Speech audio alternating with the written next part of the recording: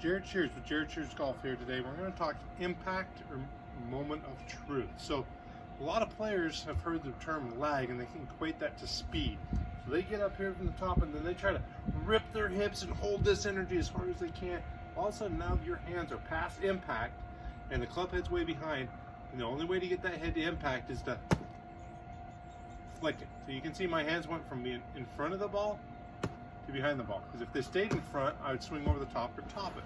So I've held lag too long. So lag is created naturally through energies created in the swing. Lag is not going to be created from you pulling or handle dragging, whatever you want to call it. We don't physically do that by just doing this. It happens because we start to unwind and our arms are staying back behind. It's something that just happens. We cannot force it. If we try to force it, in my opinion, you're going to overdo it and turn into a weaker hit instead of a stronger hit.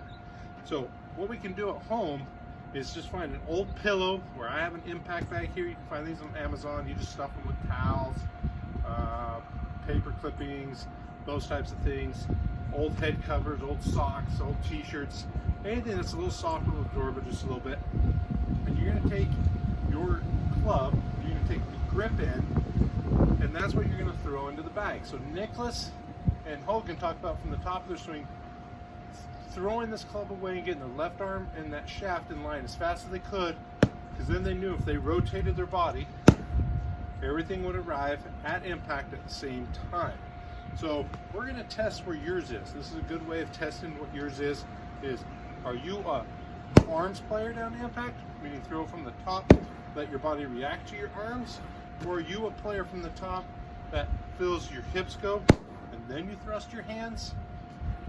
Or are you a player that really just rotates and then flicks it at the very end?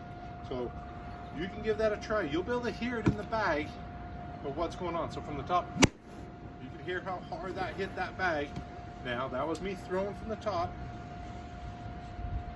and let my body pivot slightly due to that arm action. Now if I try to rotate and then flick it, not as loud, clearly was a little bit slower. And then if I try to do really, I'll kind of rotate, hold that lag as long as possible, almost no hit into that bag at all right there for me. Everybody's gonna be slightly different. So let's train what yours is. Now, from there, once we have what this looks like, how do we finish our hit? So once you do that and you've got, boom, that's what that looks like. You can kick that bag out of the ground, out of the way. We'll go this way. So I'm, boom, there's my impact here. We don't want this club to go like that too quickly. We're going to take, boom,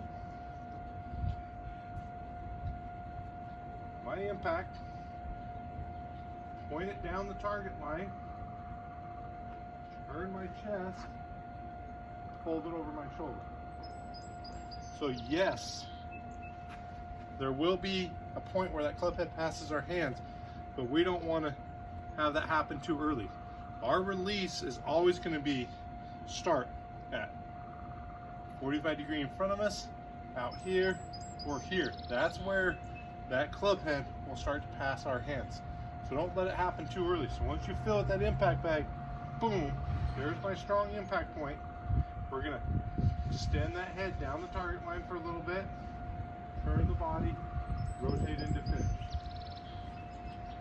Start working on your impact, start training what's the strongest, work through it really slow, get it working the way it needs to so you have as much speed as you can through every single hit.